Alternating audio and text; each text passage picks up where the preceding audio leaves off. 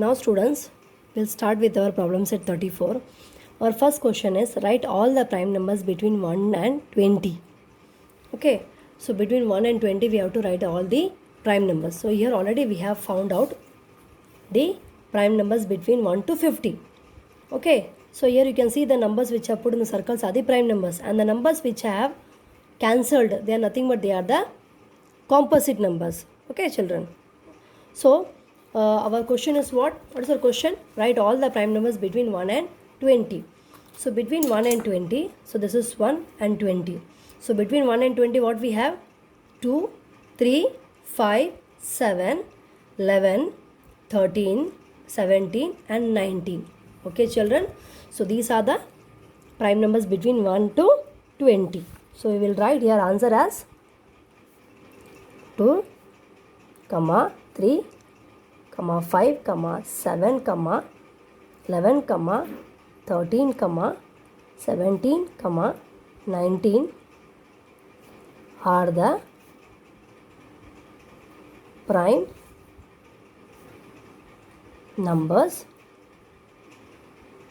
between 1 and 20. Okay. Now our second question is write all the composite numbers between 21 and 50. Composite number means what children? The numbers which has more than two factors. More than two factors are called as composite numbers. So here you can see from 21 to 50. So from 21 to 50 you can see the numbers which we have cancelled are nothing but they are the composite numbers only. So between 21 to 50 they have asked. So we have to exclude this 21 and 50. So we will be including 22, then 24, then 25, then 26, then 27, then 28, then 29 will not come. 29 is a prime number. Okay, then 30 will come. 31 will not come. 31 is a prime number. Then 32 will come. 32, 33 will come. 34 will come. 35 will come. Then 36. Then 37 cannot come because it is a prime number. Then 38, then 39, then 40. Then 42. 41 is a prime number. So we don't have to write this. Then 42. Then again 43 will not come because 43 is a prime number. Then 42, 44, 45, 46, 47 cannot be because 47 is a prime number. Then 48. Then finally 49. Okay.